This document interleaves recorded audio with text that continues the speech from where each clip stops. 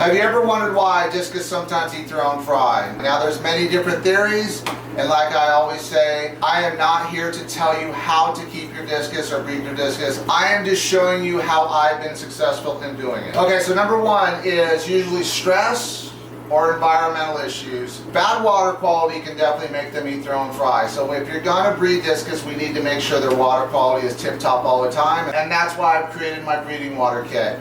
Now you can see in this tank, these guys, I let this tank wide open. So I had a pair in here initially, and I just let them all blend. I put them all in the pool together. What happened was, these two paired up. So this girl right here was paired up with my Heckle Blue, and then my Heckle Blue found another girl, and then this big guy next to her ended up pairing up. So true bonded pairs, and one thing that's awesome is both times they successful spawns the first time, even the blue Heckle with her new girl. So water quality is huge. So there's a lot of other issues that can cause discus to turn on their fry, but I believe water quality is number one. It causes stress, and when a fish is stressed, they will not take care of their fry and they will turn around and eat it. You got to look at these females. They're putting out so much energy to lay those eggs that sometimes they figure, you know what, I'm going to let this batch go, eat the fry, and get a high protein source, because that protein source will help them produce quality eggs, and usually a lot of eggs. So this is where I got lucky, because both of these, I mean, this girl is experienced and the Heckle over there is experienced, but this is the first time these pairs have bred. I got lucky. I got two pairs that spawned and had successful fry their first time. That is not the norm. Usually I say it takes up to 10 times, and after 10 spawns, if they're not working it out by then I would split that pair up, because either the male's not fertilizing or sterile, or the female is just not accepting that male as far as her mate. You know, it's like anything in life, they're looking for the biggest, strongest. So she traded out him for a nice looking fish. She got a stud, you know, in replacement. So something about this pair, they bonded. And it's a strong bond for them, because they're together all the time, they're side by side, and they eat together and they take care of the fry. They were switching off. Now they're a new pair too. The male was taking care of the babies the most of the time, which is kind of backwards. Usually the female takes care of them and the male guards. But because I think that he was experienced with her, he kind of knew and kind of guided the female along. So inexperienced or immature fish is another reason why they don't take care of their fry and turn around and eat them, because they just don't understand what's going on, and it takes them a couple times to figure that out. Sometimes you'll get a weak spawn, and a weak spawn is something that it's hard to see when they're this size. But you'll notice right away the parent's behavior is not normal. They're not taking care of the fry, and so they understand at a micro level what is going on. These fish are not going to be healthy. And what will usually happen is that female will turn around and eat those babies. And within a couple days, she will usually spawn again, because all that high protein going into her body, she basically says, okay, I'm going to eat these fry, take the protein in, produce more eggs, and get a strong spawn. So weak spawns is another reason why they turn on their baby. Okay, so I want to talk about this because in my last video, I talked about the lights that I made and are on sale now at the website. I had a couple people contact me and say that you shouldn't put lights on a tank at night. I agree with that to a certain level. When we spawn these fish, it's about a 15-day process. Before I started putting lights on these tanks for these discus, because they're amazing parents. They want to know where those fry are at all times. They will guard those fry 24/7, and they will do anything to protect them. Since I started using a light, I would say my production or success rate has gone up 50%. Now that's quite a claim, right? But before, what was happening is I would notice the lights would come on and the fish would be stressed or scared because they haven't been around their babies all night. Now you can put a night light in your room and do a dim light, and I would recommend that for all your tanks if you have a fish room. Not a bright light, a very dim light, like a light off to the side or something, because they need that ambient light. And you put it off to the side, and you put it like off to the corner, and you just use it when you are breeding discus. If you do not use a night light, you will lose fry.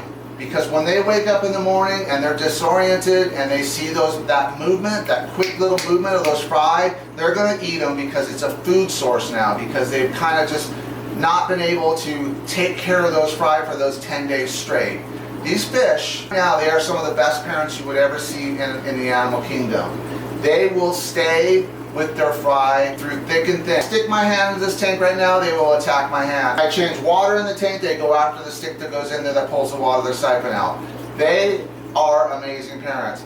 They have to know where their fry are at all times. Now, some people say that the fry can find the parents because of vibrations. True, but they are visual creatures, and fish aren't like us. They do not have eyelids, they do not fall asleep.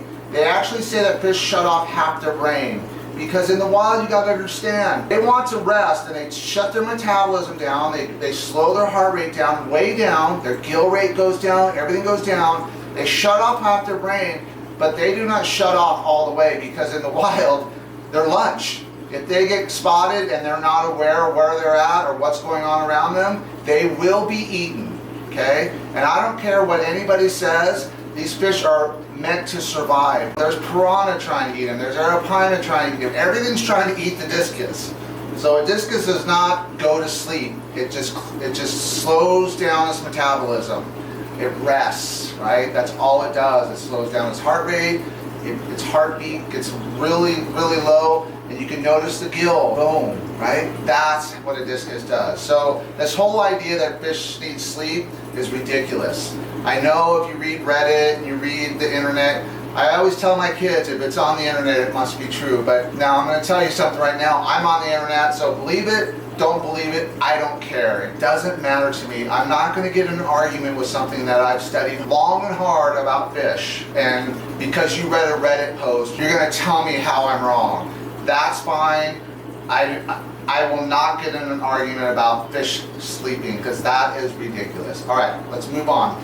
So the nightlight, 15 days, it stays on the tank. When their fry get pulled, it comes off the tank, but there's always ambient light in my room. I always want a light glow in my room at nighttime. I do not want it pitch black in here. What are some of the things we can do to make sure we have successful spawns? Well, one, a true bonded pair is going to help a ton. You know, if you try to force two discus together, I say this over and over, you probably will not have a success. You will get lucky sometimes, and it will work, because I have done it. But the success rate falls dramatically when you try to force discus to pair unnaturally. When they pair up naturally, they tend to form a bond, and that bond is a team, and that team is how it works, and that's how they become successful at spawning. Water quality. You know, I don't check my pH, I don't check my ammonia, I don't check anything as far as my water parameters, because I've been doing it so long. I just kind of know if something's going wrong, I can look at the tank and say, oh, something's not right, and then maybe I'll go into a mode. Now, to test stuff like my products, I do intense testing on water, because I want to know water quality, I want to know pH. I want to know everything as far as water when I'm testing it, so when I send it to you guys, you're going to get nothing but quality. But as far as keeping fish and breeding fish, I go by a lot of feel. Now, I know that's something that's not going to help the average person trying to get into this, but over time, you will get that too. It's something that basically you can actually listen to the fish. They communicate just like every other animal, you know, horses. Everything communicates in a certain language. Discus definitely have their own language. Now, can I speak it? No, but I do understand it pretty well. I can tell when a fish is stressed. I can tell when a fish is happy. I can tell when a fish is sad. I can tell when a fish is hungry. They're always hungry. I could just look at a fish and say, oh, okay, something's right or something's not right. And that just comes with experience, with time, basically. Now, this channel is moving more to the breeding part, because I'm getting a lot of people that want to know how to breed these fish. And the more people that can breed these fish, the better, because it's going to make the market a better place. You know, you have a few people that breed discus in the United States, and most of it is in Asia, because in Asia their water is naturally soft and it's naturally warm, so it's conducive to breed discus in those conditions at a very low cost. Here in America, it's a little different. You know, we have to manipulate things a little. We have to push things around. We have to, you know, work on water because our water's usually really hard here. Our pHs are really high. Now, I've bred discus in higher pHs, not successfully as far as a breeding program, but I've gotten lucky. And I just think that moving into the breeding part of it is something that really can help breeders, but it can still help the fish keeper, the regular fish keeper, because it's the same basic idea. Clean water, great food, keep it warm, change your water, you know, at least once a week. Twice a week's better, 10%, 20%, however, figure it out what works. And they'll tell you, if they're at the front of the glass all the time and interacting with you, that fish is happy. That fish is doing well. If they're hiding in a corner or cowering or your lights are too bright, because that's another thing, bright lights, they need to feel comfortable. Not only for breeding, but just in your regular tank. They need to feel comfortable. And you put a bright light on top of this tank, it's gonna take a while to get used to it. And again, they don't have eyelids, so they can't close their eyes. So those bright lights are just beating on their eyes all day long. And they got big eyes, right? So they're gonna take in a lot of light. So I would just say, you know, we're moving into more of a breeding channel. Now I keep other fish. I have a guppy project going. I have a rainbow project going. I have a pleco. I'm trying to create my own pleco. You know, there's other stuff I do. I like rams. I love angelfish. I have, let's see, what else do I have? The corridoras. I have the zebra pleco. I mean, I have a lot of other fish.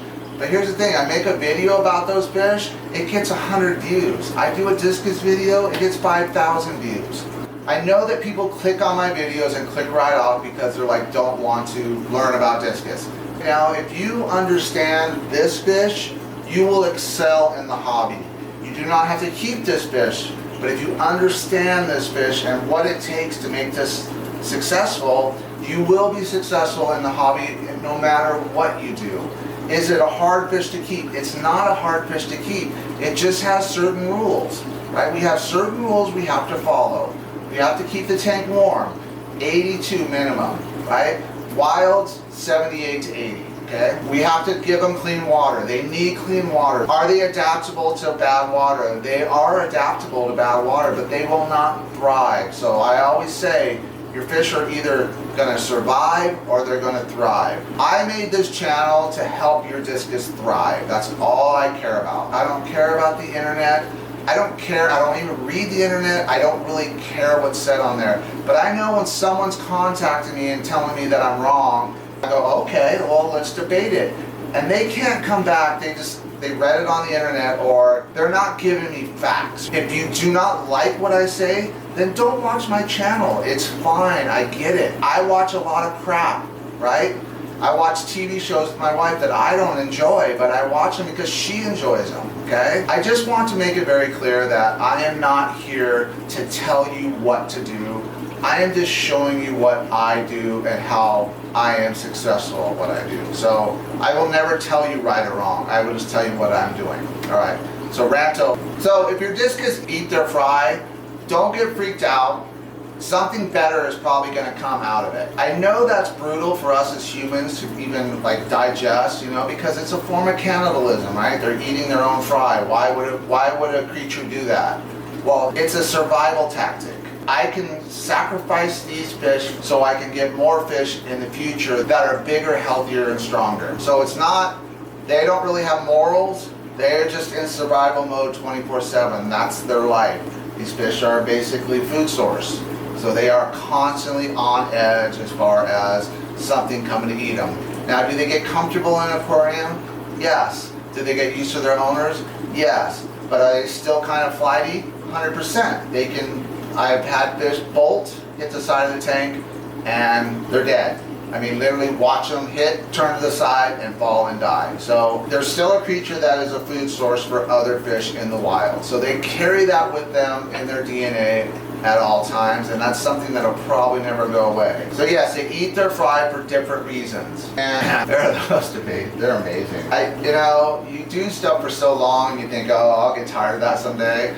This is something that I'll never get tired of. I will do this till the day I die.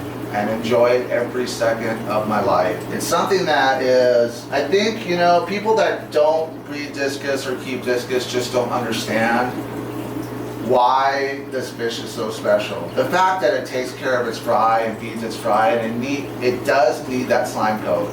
You can artificially raise discus, but they will not be the same as far as health-wise.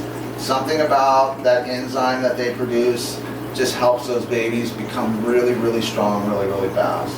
So, all right, so I made a lot of videos, and I want to talk about an old video I made, and I talked about in this video a little bit about communications and stuff like that. Well, I did a video, I don't know, it must have been 2 years ago, a year and a half ago, and it's on the pecking order. I was able to capture some pretty cool stuff as far as fish communicating with each other. So if you want to watch that video, check it out here. And I just want to thank everyone for watching.